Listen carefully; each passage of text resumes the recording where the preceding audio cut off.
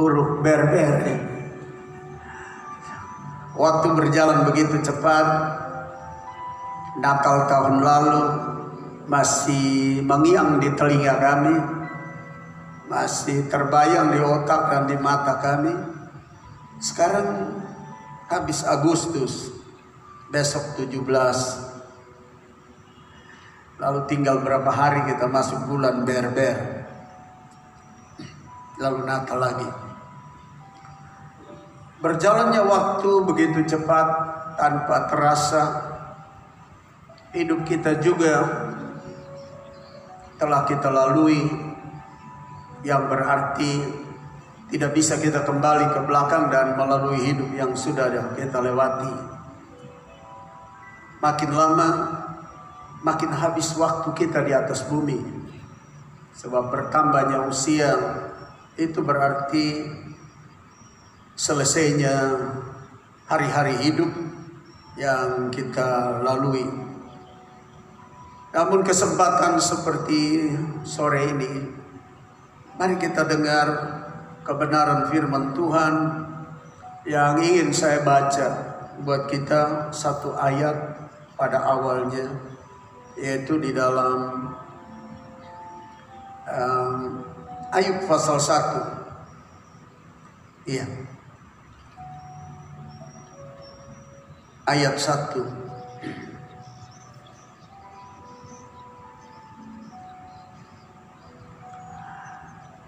Ada seorang laki-laki di tanah Uz bernama Ayub. Orang itu saleh. Orang itu jujur. Orang itu takut akan Allah dan menjauhi kejahatan. Waktu saya membaca ayat ini dan saya coba menelusuri latar belakang tempat tinggal yang bernama Tanah Uz, saya ingat sampai hari ini belum ada konsensus dari dosen-dosen teologi atau dari para peneliti Alkitab tentang Tanah Uz. Ada yang berkata bahwa itu tanah di antara perbatasan Mesir dan Israel. Ada yang berkata di antara Yordania dan kerajaan daerah Babel atau sekarang daerah Irak. Terlepas dari mana sudah punya konsensus atau tidak, kesepakatan di mana Tanah Uz itu, hanya saya mau sampaikan kepada Anda semua, Bapak Ibu semua, bahwa ternyata tempat di mana Ayub tinggal bukan tempat yang baik. Tempat paling buruk. Kemungkinan juga dia dapat istri di Tanah Uz itu yang belum tahu itu di mana. Tapi perilaku daripada istrinya membuktikan dan menceritakan kepada kita bahwa orang yang kurang sayang Tuhan, yang kurang cinta Tuhan, karena ruang lingkup tempat tinggal di Tanah Uz ini ternyata diteliti, didapatkan bahwa ini daerah penyembahan berhala. Ini daerah yang penuh dengan tahyul dan mistik. Ini daerah yang penuh dengan penyembahan kepada arwah, roh nenek moyang, roh leluhur, orang-orang yang sudah mati. Tempat di mana orang lebih suka menyembah dewa-dewi. Tempat di mana orang suka berjalan di dalam ranah kegelapan. Kehidupan yang sangat bebas, kehidupan yang diliputi dengan tindakan-tindakan tidak normal atau keadaan yang tidak baik. Hidup asusilanya tinggi. Nah, di negeri yang nama Uz ini, itu tempat tinggal daripada Ayub. Yang sangat menariknya, dia tinggal di lingkungan yang seburuk itu, sejahat itu. Dia tinggal di lingkungan yang sangat tidak memungkinkan hidup baik. Ayub memiliki 3 point urgent, yaitu saleh, blameless, jujur yang kedua, upright in heart, yang ketiga menjauhi kejahatan, keep away from evil, doing evil. Anda bisa bayangkan itu, betapa hebatnya Ayub itu. Orang suka ngomong bahwa lingkungan itu gampang membentuk seseorang. Orang suka ngomong bahwa lingkungan itu mendidik kita dan mempengaruhi kita. Jadi kalau kita tinggal di lingkungan pelacuran, lama-lama kita menjadi orang yang ambil bagian dalam pelacuran. Kalau kita bergaul tinggal di ruang lingkup penjudi, lama-lama kita mulai berjudi. Kalau kita tinggal di tempat orang yang suka gosip, lama-lama kita akan jadi penggosip. Kalau kita tinggal dan bergaul dengan orang-orang yang suka mengadakan hubungan seks bebas, lama-lama lunturlah keteguhan kita dan kita mulai hidup dalam seks bebas. Kalau kita hidup dengan ruang lingkup, bergaul dengan ruang lingkup yang suami ada will, wanita idaman lain, dan istri ada pil, pria idaman lain. Biar kita keras bagaimanapun, lama-lama lebur, lama-lama mencair, lama-lama kita terbabit dan bisa sama seperti orang-orang itu.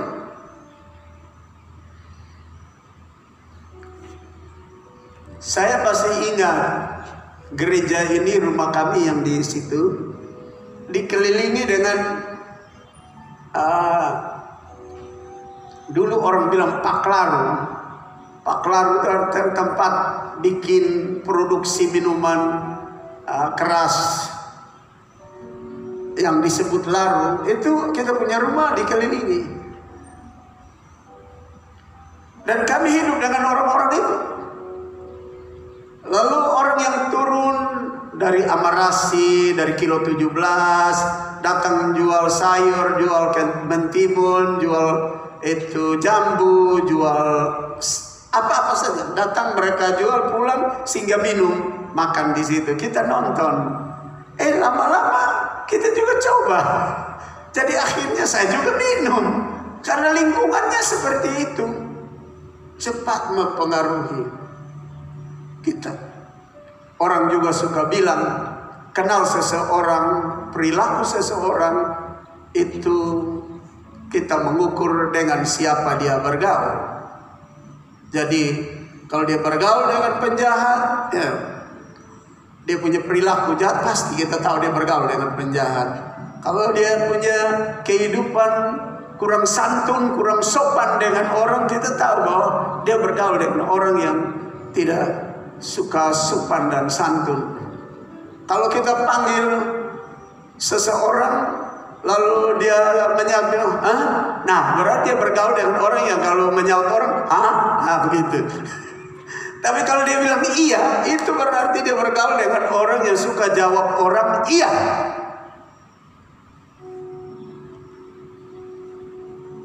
Sangat menarik keistimewaan daripada Ayub. Sudah tinggal dalam ruang lingkup yang sangat buruk, tapi Tuhan dapati dia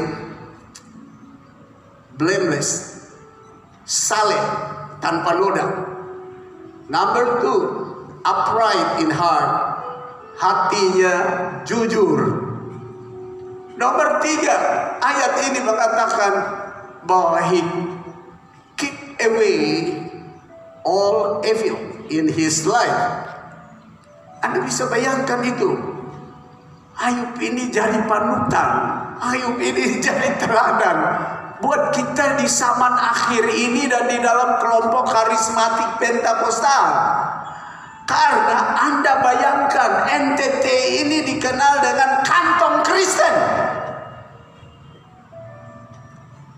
Berarti kita bergaul dalam ruang lingkup Kristen.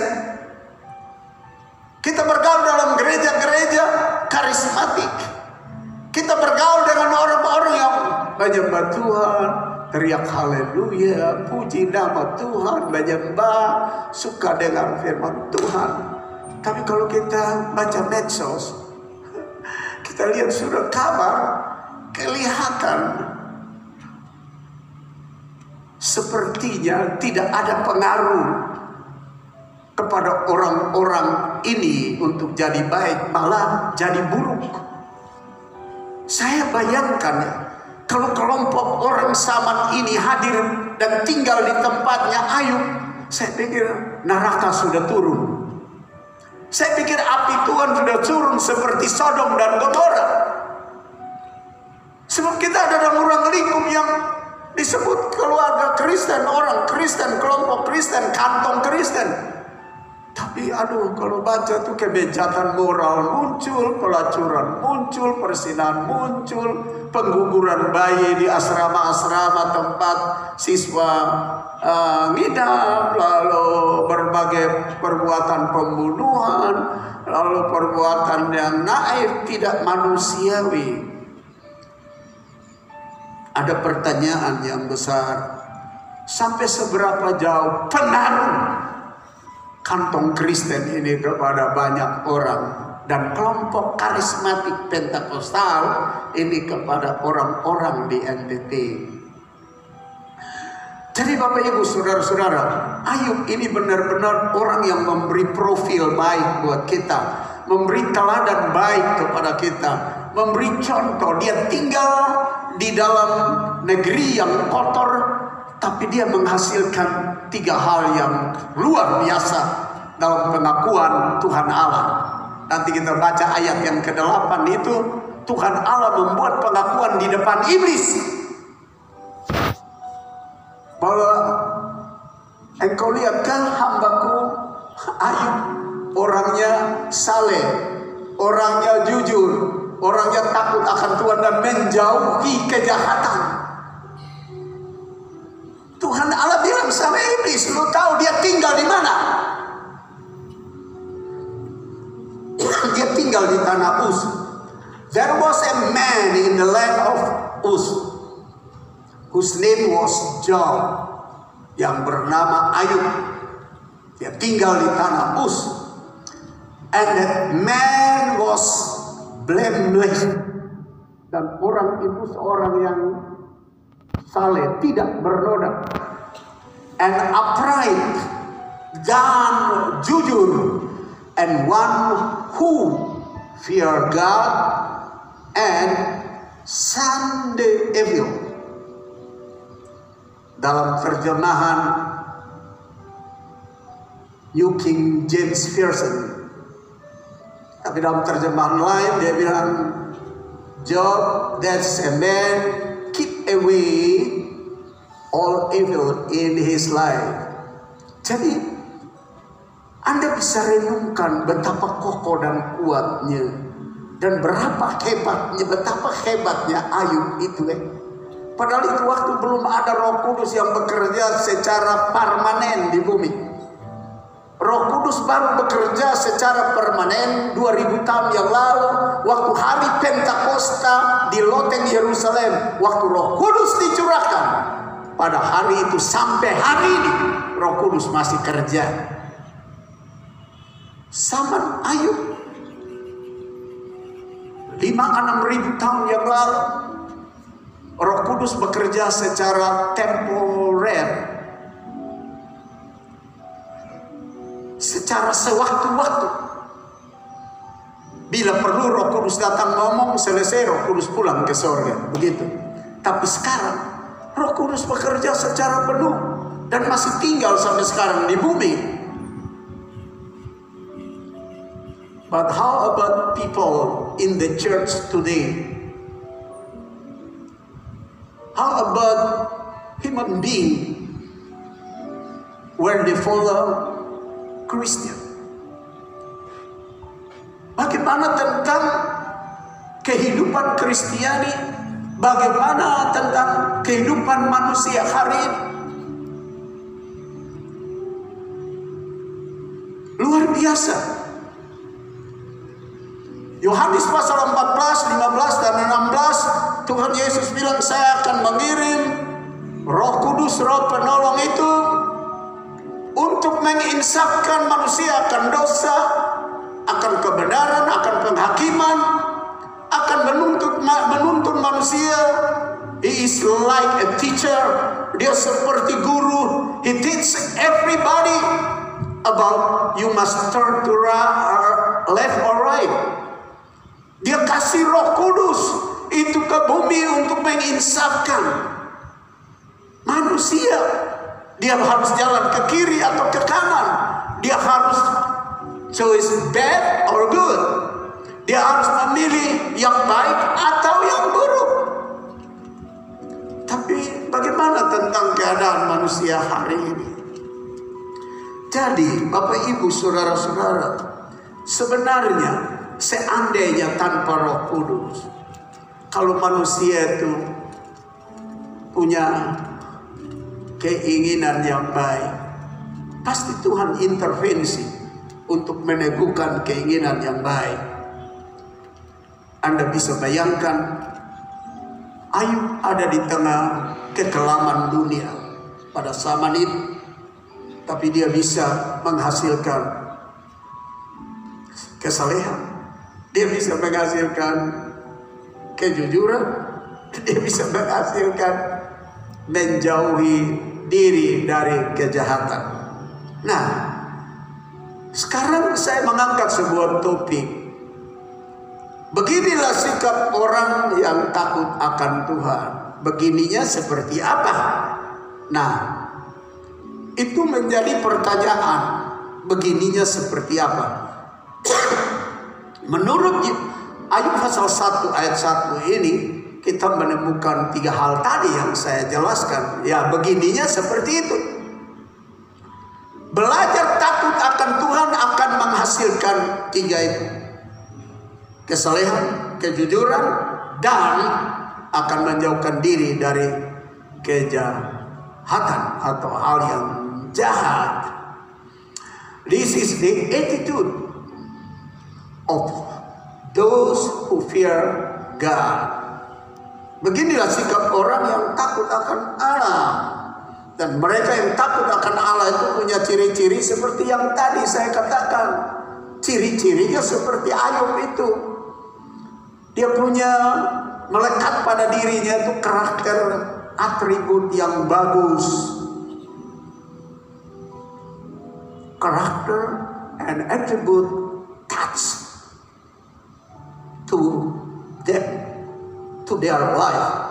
Jadi mereka punya ciri-ciri yang melekat pada mereka, yaitu yang tadi saya sudah dalam permulaan mengatakan. Pertama, ia saleh, blameless. Number 2, dan nomor yang kedua, ia jujur, upright in his heart. He has integrity. Ia memiliki integritas. Number 3, menjauhkan kejahatan. Keep away from evil. Jadi karakter atau ciri-ciri ini, atribut ini melekat pada diri orang yang takut akan Tuhan. Jadi Ayub ini ternyata dia ada dihimpit oleh semua keadaan yang buruk, tapi dia takut Tuhan sehingga melahirkan 3 hal penting di dalam kehidupannya. Nah, kalau kita di dalam kantong Kristen ini hanya kita melabeli diri kita dengan nama Kristen atau kelompok karismatik Pentakosta, tapi tidak takut Tuhan, sulit sekali kita memiliki apa yang disebut saleh, apa yang disebut jujur, apa yang disebut dengan menjauhi kejahatan. Padahal saleh, jujur, kudus, suci. Semua itu bukan karya kita. Sekali lagi, saleh, kudus, selamat, mulia, agung, menjadi anak-anak Allah, itu bukan karya kita. Zaman Torah itu Ayub mesti berjuang untuk mendapatkannya. Tapi zaman anugerah, sebenarnya kita tidak berjuang untuk bikin saleh, bikin kudus, bikin mulia, bikin jadi anak Allah, bikin kita jadi orang yang baik. Tidak. Sebab kita tidak bisa bikin itu dalam diri kita.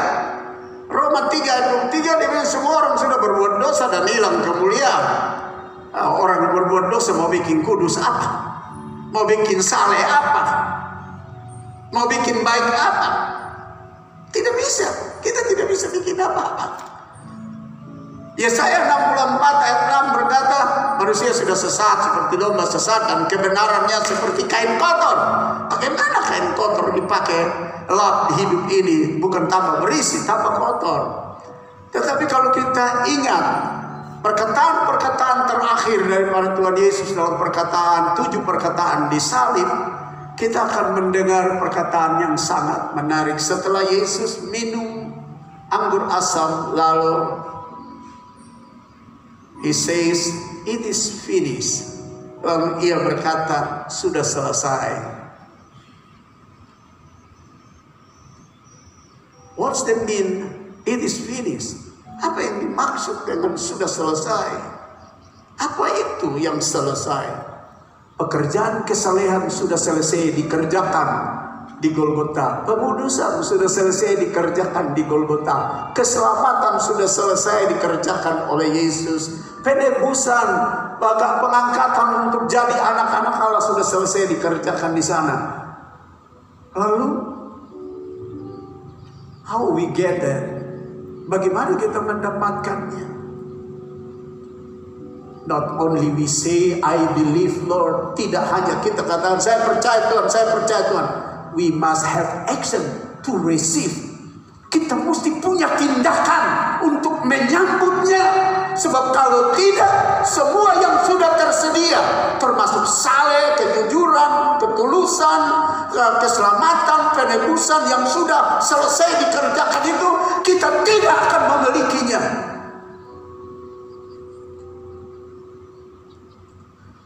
Jadi Bapak, Ibu, Saudara-saudara, kalau lihat kehidupan kita hari ini, kemudahannya sangat banyak.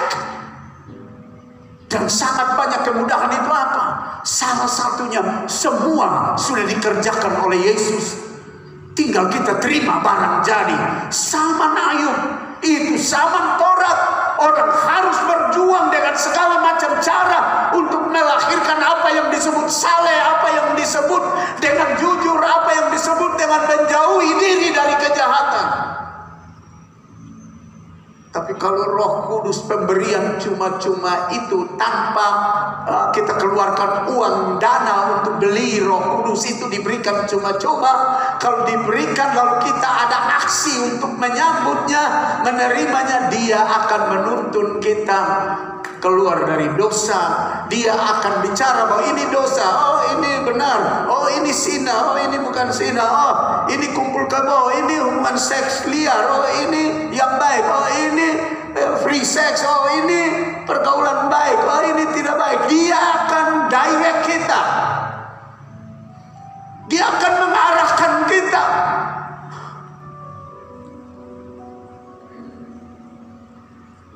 Jadi layaknya kehidupan kita pada zaman ini harus jauh lebih baik daripada Ayub. Ada amin. Berikan dulu sanjungan bagi Tuhan. Sebab kita ada penolong yang tolong kita. We have helper to help us in our life every day, every moment, every time. He teaches us about salvation, about holiness.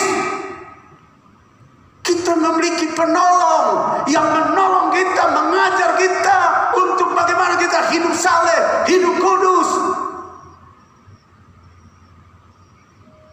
Ayub tidak ada.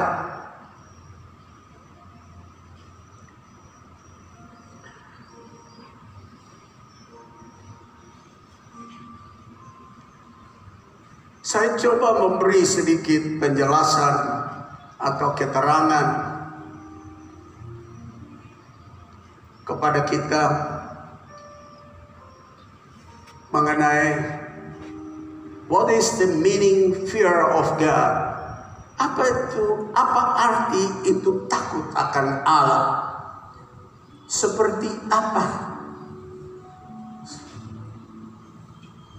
Takut akan Allah itu, number one, surrender to the Lord, pasrah kepada Tuhan.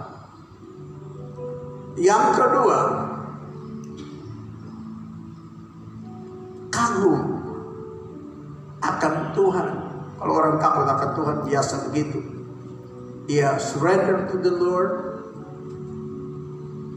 in awe of the Lord, yaitu kagum akan Tuhan. Dan yang ketiga adalah segan dan hormat akan Tuhan, atau we respect to God our Lord. Jadi ini arti takut akan Tuhan. Pasrah kepada Tuhan. Senang atau tidak senang, kami tetap percaya pada Tuhan. Seperti 3 pemuda Ibrani yang ada di pembuangan, Sadrak, Mesak, Abednego. Ketika mereka tidak mau menyembah patungnya Raja Nebukadnezar, lalu ganjaran atau hukumannya adalah dibuang ke dalam api yang menyala-nyala 7 kali. Dan Raja bertanya kepada, kasih tahu sama mereka, sudah dengar saja trompet atau seruling lalu menyembah sedikit saja sama saipul patung, supaya kamu jangan masuk dibuang ke dalam itu api. Tapi 3 pemuda Ibrani ini yang takut akan Tuhan, mereka ngomongnya sangat menarik. Mereka betul-betul pasrah kepada Tuhan, betul-betul mereka agungkan Tuhan, betul-betul mereka sanjung Tuhan, betul-betul mereka kagum Tuhan, dan betul-betul mereka hormat Tuhan. Dengan mereka berkata, my Lord, Tuanku, if my God help me or no, we not worship your statue.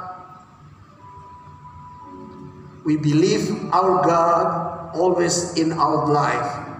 Anda bisa bayangkan pernyataan yang sangat keras. Tuanku, kalau Tuhanku yang adalah penolong tidak tolong saya untuk bebaskan dari api. Ingat Tuhan, kami tidak akan menyembah patung Tuhan, karena kami tahu kami punya Allah. Ini yang namanya takut akan Tuhan. Senang atau tidak senang, dia pasrah. Senang keadaan yang buruk sekalipun, dia kagum Tuhan.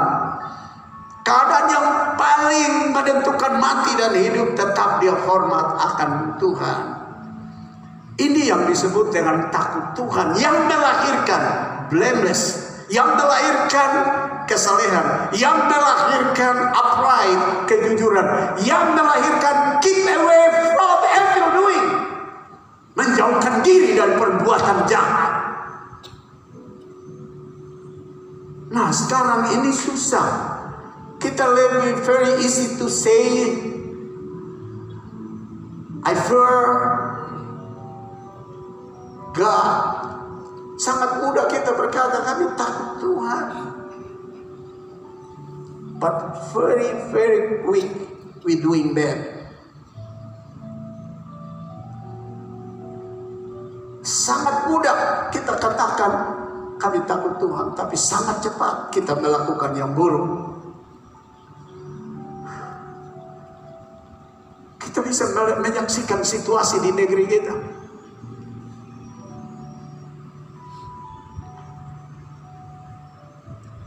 Katanya orang Kristen, katanya percaya Tuhan,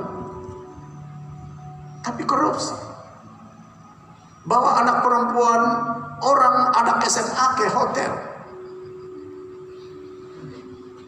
di rumah-rumah rakyat, tidur berhubungan seks di sana bebas.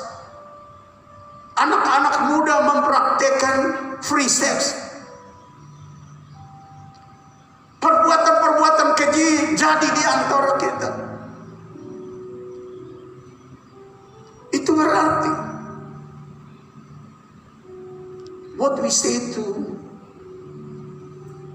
all friends and many people around us only level in our mouth. Apa yang kita katakan kepada teman, sahabat, dan orang di sekitar kita bahwa kita percaya Tuhan, itu sebuah label yang melekat di mulut kita. Itu yang orang bilang only talk no action. Itu yang semua orang bilang hanya omong percaya, tapi tidak ada tindakan, bukti percaya itu.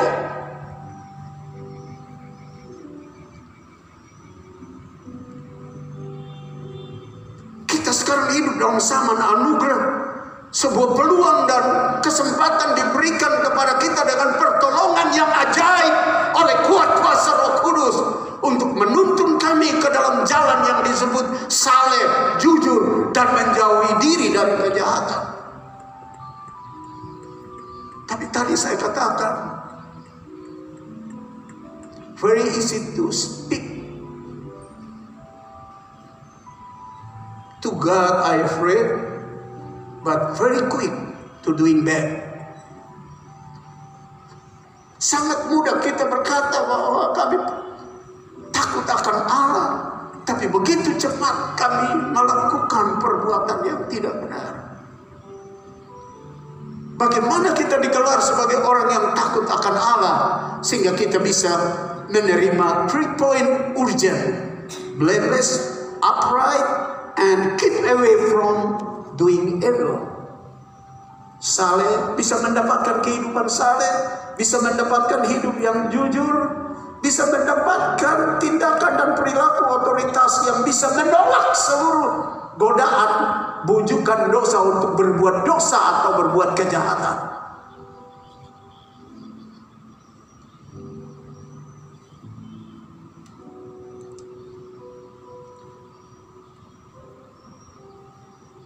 Pasrah kepada Tuhan, surrender to the Lord, kagum akan Tuhan, in awe of God, segan dan hormat akan Tuhan, respect to the Lord in our life, di dalam seluruh kehidupan kita, untuk kita membuktikan diri dengan 3 hasil yang menarik yang didapatkan dari kehidupan Ayub.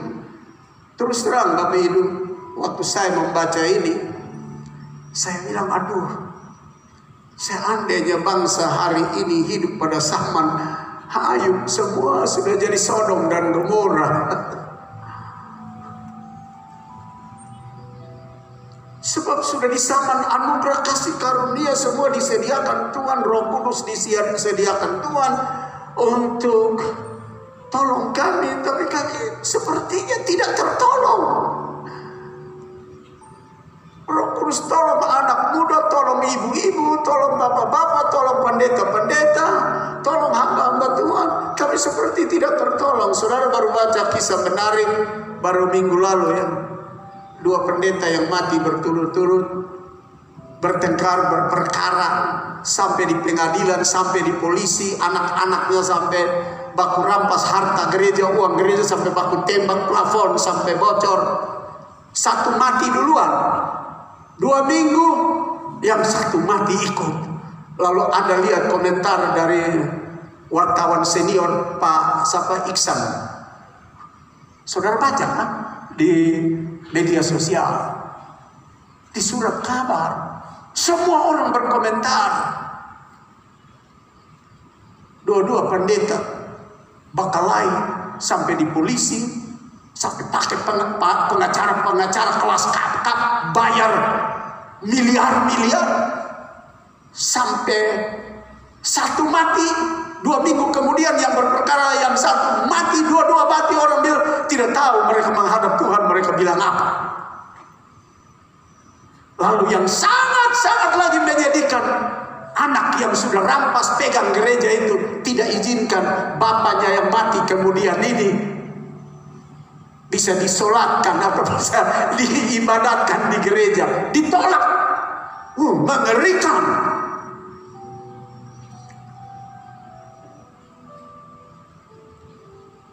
Jadi ini bukan persoalan jemaat saja, bukan persoalan orang pada umumnya, tapi sampai kepada kalangan-kalangan rohaniawan, pengkhotbah, aktivis gereja, tua-tua gereja, pendiri gereja. Itu termasuk pendiri gereja besar di Indonesia yang di Surabaya itu. Dua-dua baku rampas itu gereja berperkara sampai masuk pengadilan, bayar pengacara hebat-hebat, satu mati 2 minggu, satu mati sampai siapa bekas menteri itu, siapa Iksan namanya? Ya, Dahlan Iksan bilang Pak Alex menyusul Pak Gito. 2 minggu kemudian yang dua-dua baku hantam, baku hajar, saling baku rampas, saling bercaci maki satu dengan yang lain. Perkara belum selesai, satu mati 2 minggu, satu ikut. Nah, kalau kita lihat ini terjadi, aduh, kalau bangsa kita ini hidup pada zaman Ayub, rusaklah semuanya, habis semuanya. Tapi haleluya, kita ada dalam zaman kasih karunia, anugerah yang besar oleh Roh Kudus menuntun kita sehingga kita masih ada sekarang dan kita bisa hidup saleh, kita bisa hidup jujur, kita bisa hidup menjauhi kejahatan.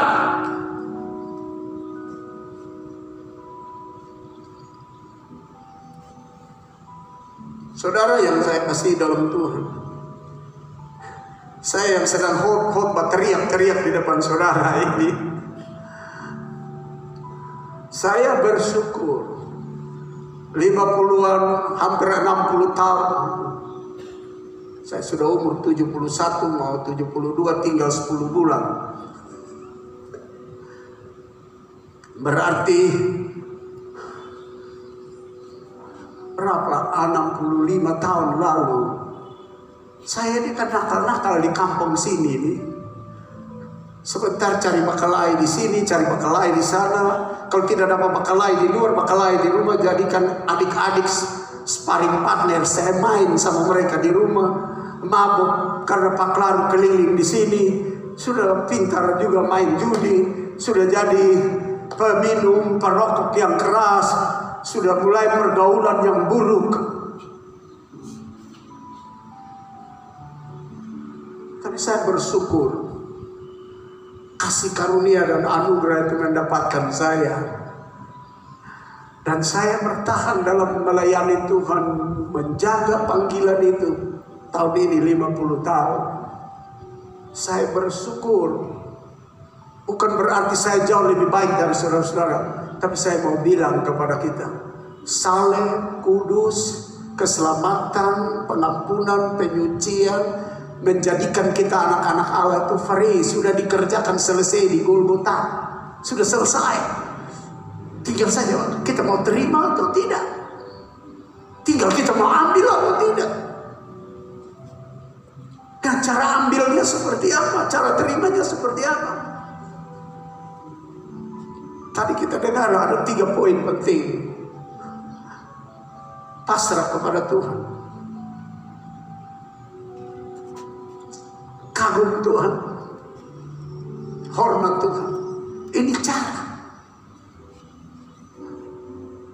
Jadi kadang berupa apapun yang menyakiti, tidak menyenangkan, seperti kita tidak lihat jalan keluar, semua jalan buntu, kita pasrah kepada Tuhan. Kita tidak cari jalan kita sendiri. Seperti umpama kekurangan uang atau tidak ada makan minum, kita bukan pasrah kepada Tuhan dengan bekerja secara normatif, Tapi kita coba menipu, mencuri, berbohong, berdusta. Ini bukan pasrah. Nah, ini tindakan menyambut penyediaan yang sempurna yang diteriaki oleh Yesus dalam 7 perkataan dan 2 perkataan terakhir di Golgota itu, yaitu sudah selesai. Lalu ia menyerahkan nyawanya kepada Tuhan Bapanya di surga. Sudah selesai. Itu tercatat apa yang Yesus ngomong dalam Yohanes pasal yang 19 ayat 30. Sesudah Yesus meminum anggur asam itu, berkatalah ia, "It is finished," sudah selesai. Lalu ia menundukkan kepalanya dan give his host to the Lord, to the Father, dan menyerahkan nyawanya kepada Bapa.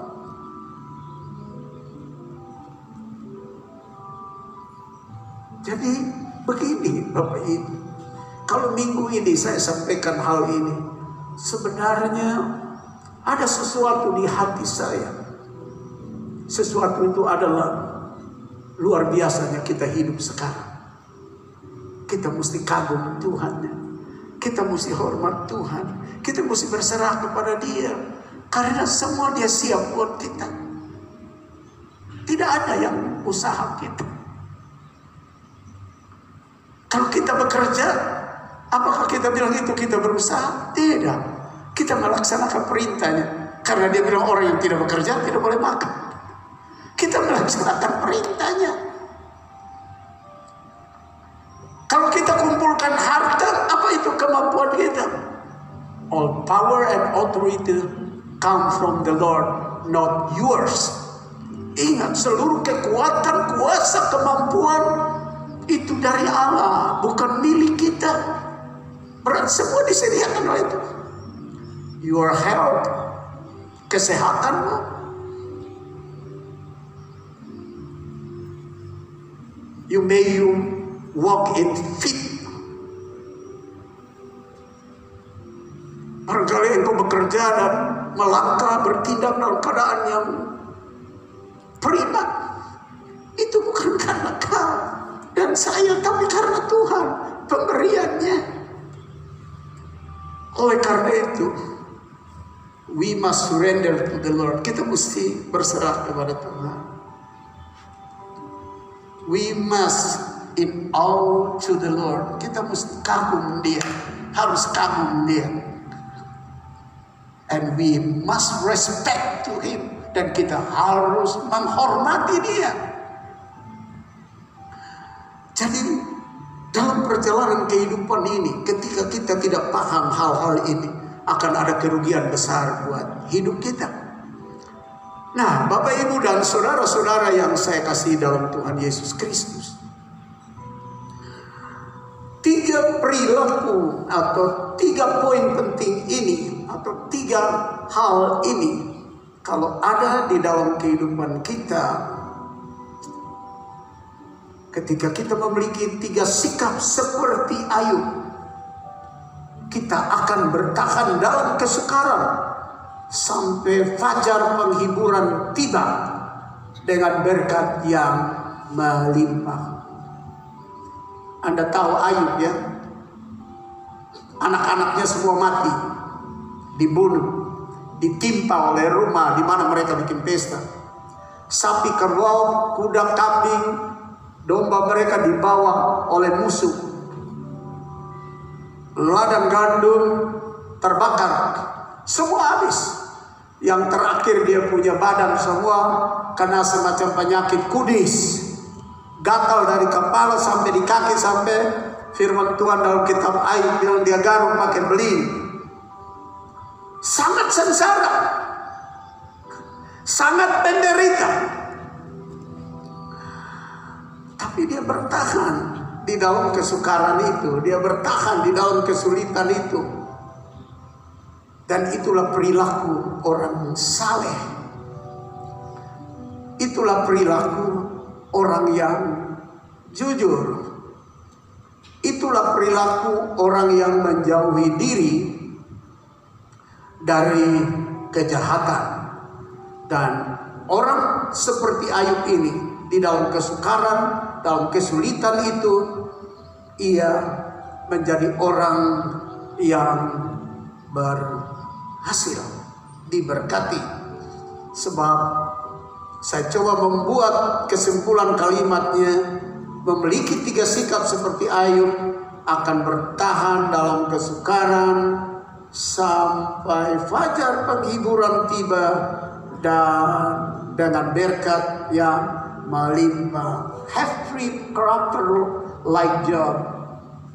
We will endure hardship until the dawn of consolation comes with abundant blessing. Mari kita lihat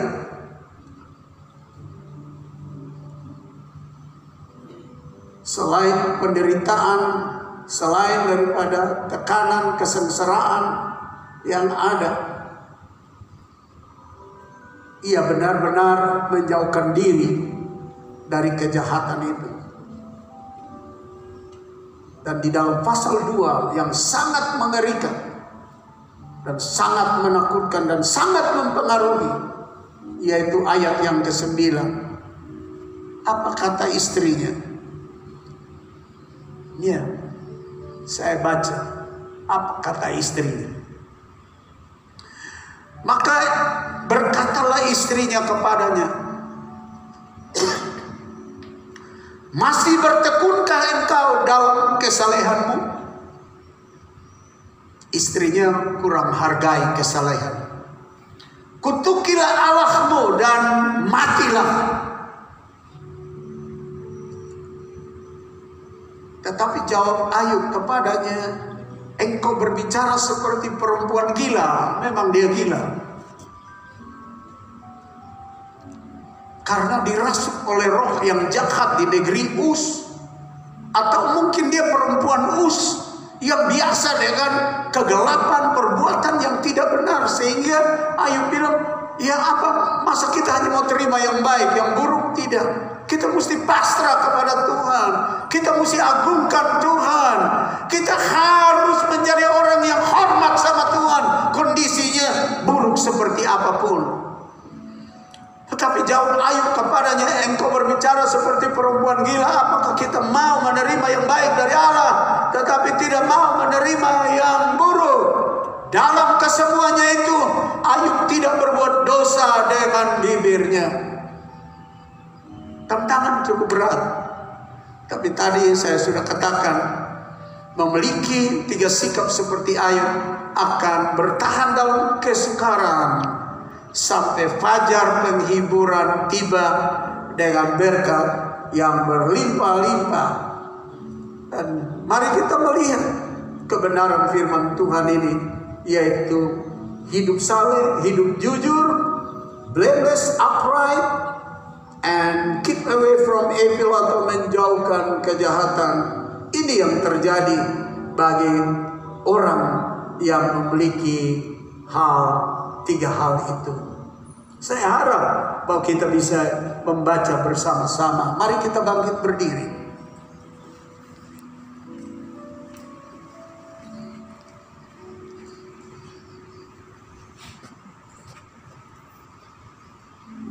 This verse talk to us about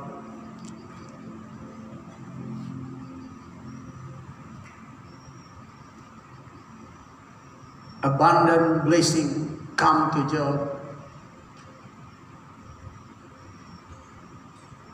Dawn of consolation come to Job. Ayat-ayat ini bicara tentang fajar pengharapan dan penghiburan itu sampai kepada orang yang memiliki. Number 1, blameless. Number 2, upright. Number 3, keep away from evil. Nomor 1, orang saleh. Nomor 2, jujur, tidak berbohong, tidak berdusta, tulus dengan Tuhan. Dan nomor 3, kalau lihat ada jahat di sana, kita menjauh. Karena Roh Kudus ada dalam kita. Anda lihat Ayub zaman di mana Roh Kudus tidak ada, tapi dia memiliki 3 hal itu. Dan endingnya, I read for you in Job 42 verse 12. Saya akan baca bagi saudara di dalam Ayub pasal 42 mulai ayat 12. Tuhan, God bless Job. Tuhan memberkati Ayub dalam hidupnya yang selanjutnya lebih daripada dalam hidupnya yang dahulu. Ia mendapat 14.000 ekor kambing domba dan 6.000 unta, 1.000 pasang lembu dan 1.000 ekor keledai betina. Ia juga mendapat 7 orang anak laki-laki dan 3 orang anak perempuan. Dan anak perempuan yang pertama diberinya nama Yemima, yang kedua Kesia, dan yang ketiga Keren.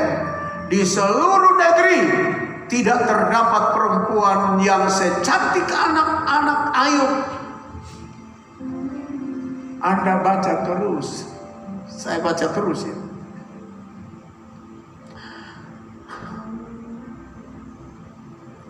Ayat 16 saya baca.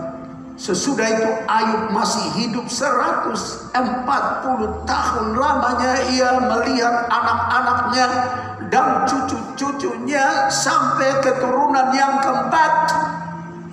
Maka matilah Ayub tua dan lanjut umur.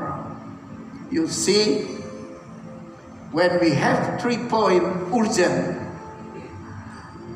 blameless, upright, and keep away from evil, ending God blessed Job with many inheritance. He became rich above in the beginning his life. And God gave to them kids, son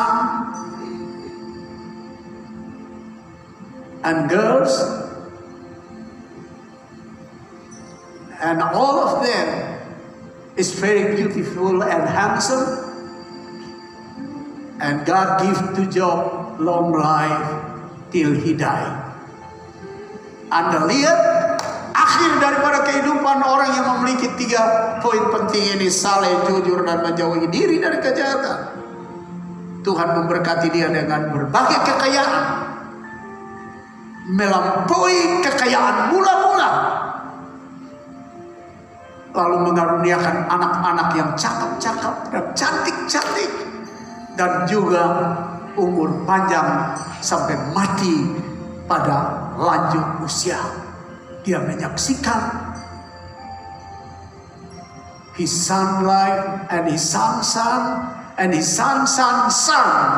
Jadi bahasa Alkitabnya sangat menarik.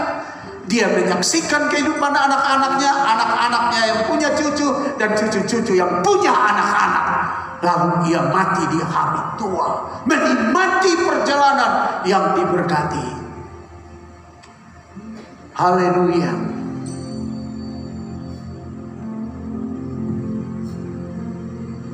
Haleluya.